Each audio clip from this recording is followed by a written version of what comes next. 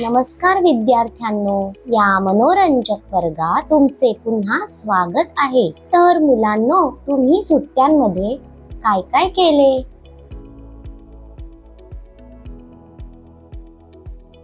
Teacher, मी माझ्या गावी गेलो होतो आणि मी अप्रतिम हिरवीगार शेतं पाहिली।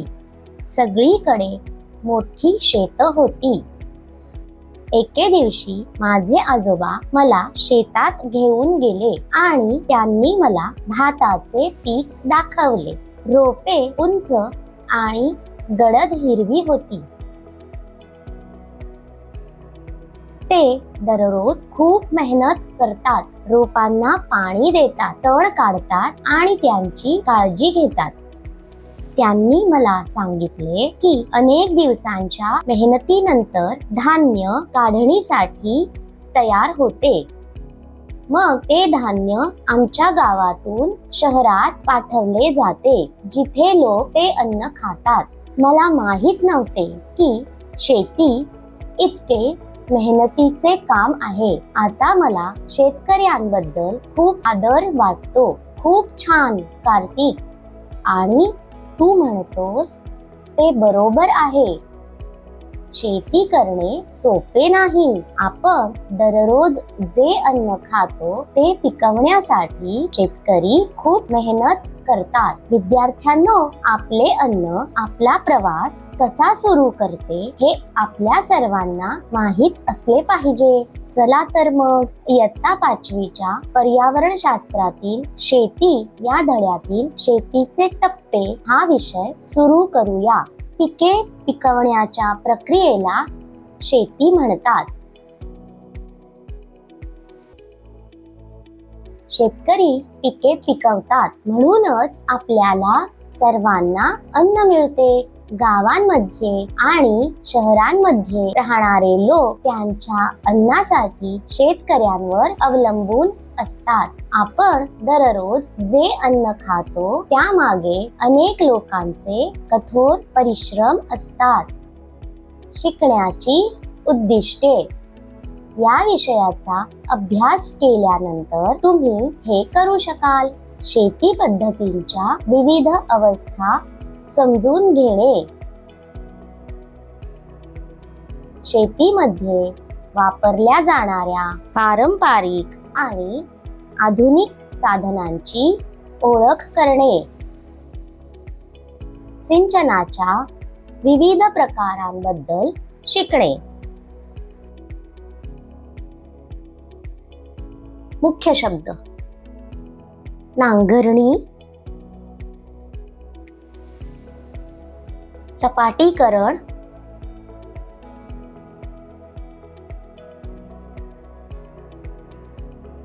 लावणी,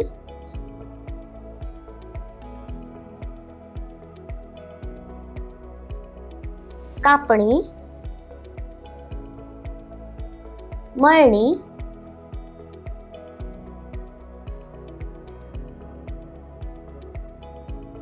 उफणणी,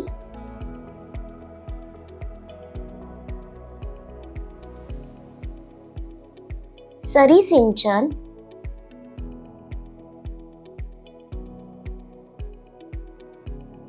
तुषार सिंचन,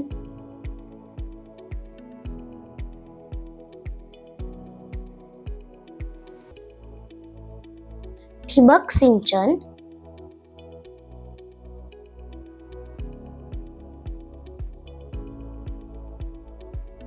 विळा, खुरपे।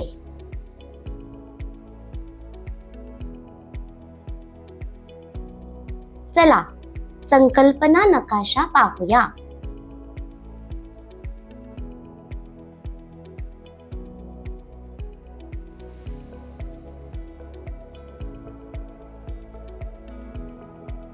शेतीचे टप्पे: पिकांच्या लागवडीतील विविध टप्पे पहा। शेतकरी आधी शेतीसाठी शेत तयार करतात। ते बैल आणि ट्रॅक्टरच्या सहाय्याने शेत नांगरतात।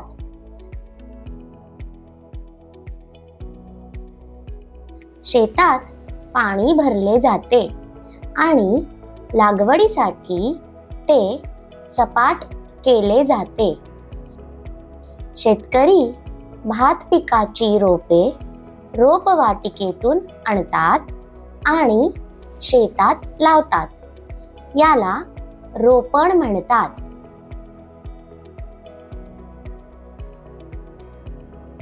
भात पिकाला मोठ्या प्रमाणात पाण्याची गरज असते आणि म्हणूनच वारंवार पाणी दिले जाते. पिकांना पाणी देण्याला सिंचन म्हणतात. वनस्पतींना मातीतून पोषक तत्वे मिळतात आणि शेतकरी चांगल्या उत्पादनासाठी कंपोस्ट खत आणि रासायनिक खतांचा वापर करतात. सहसा वनस्पतींना रोग लागतात आणि त्यामुळे पिकांचे नुकसान होते. हे टाळण्यासाठी शेतकरी कीटकनाशकांचा वापर करतात. भात पिकल्यानंतर त्याची कापणी केली जाते. कापणीनंतर भात काही दिवस वाळवला जातो आणि मळणी करून धान्याचे दाणे पेंढ्यापासून वेगळे केले जातात. उफणणी करून दाणे आणि भुसा वेगळे केले जातात. भात पोत्यांमध्ये भरून गोदामात साठवला जातो.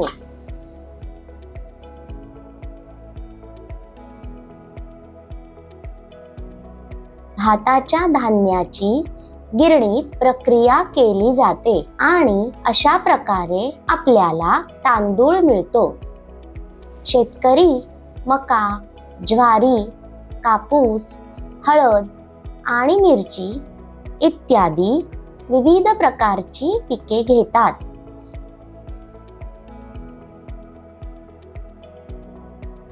प्रत्येक पिकाच्या लागवडीची स्वतःची प्रक्रिया असते. शेतीची अवजारे. पूर्वी शेत नांगरण्यासाठी नांगराचा वापर केला जात असे. आता जमीन नांगरण्यासाठी ट्रॅक्टरचा वापर केला जातो. पारंपरिक शेती अवजारांमध्ये नांगर, कुदळ, वखर, विळा, फावडे आणि पहार इत्यादींचा समावेश होतो.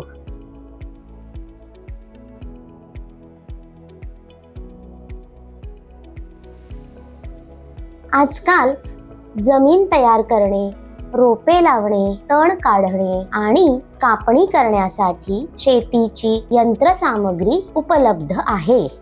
यंत्रसामग्रीच्या वापरामुळे शेतकऱ्यांना शारीरिक कष्ट कमी करण्यास आणि लागवडीची प्रक्रिया वेगवान करण्यास मदत होते.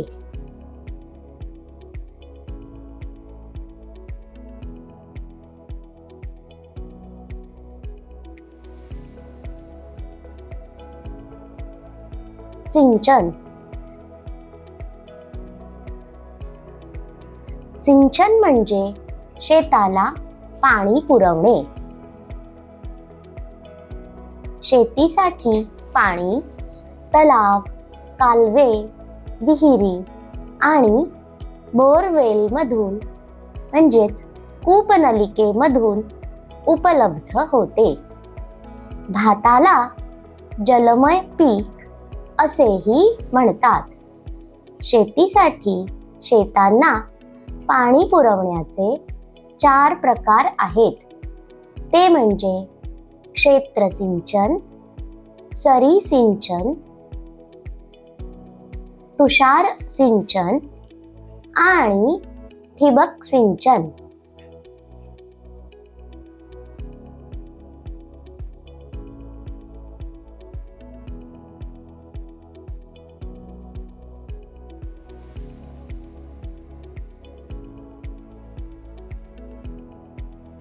क्षेत्र सिंचन म्हणजे जेव्हा पाऊस पुरेसा नसतो तेव्हा शेताला पाणी पुरवणे.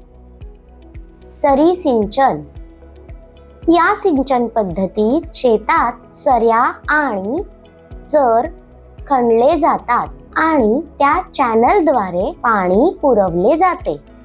तुषार सिंचन ही पाणी पुरवण्याची एक नियंत्रित पद्धत आहे जी पावसासारखीच असते.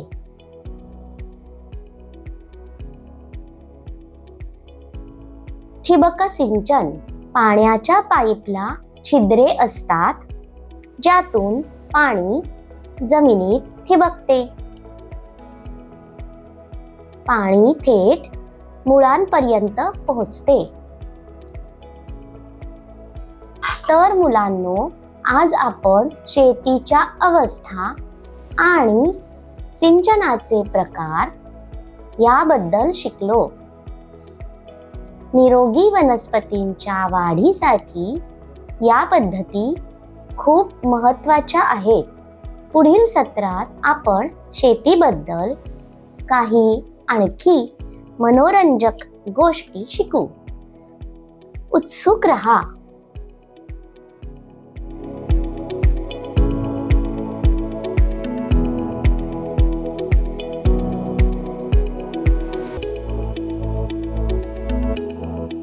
पाहिल्याबद्दल धन्यवाद.